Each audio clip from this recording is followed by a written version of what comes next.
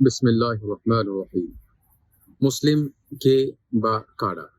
এই একই প্রশ্ন নবীজিকে বিভিন্ন জন বিভিন্ন সময় করেছে এবং নবীজি সময় সাপেক্ষে তার ব্যাখ্যা ও বিশ্লেষণ দিয়েছে। তার মধ্যে নবীজি একটি ব্যাখ্যা বা একটি ডেফিনেশন দিয়েছিলেন যে আল মুসলিমু মান সালিমান নাসু মিন লিসানিহি ওয়া ইয়াদিহি।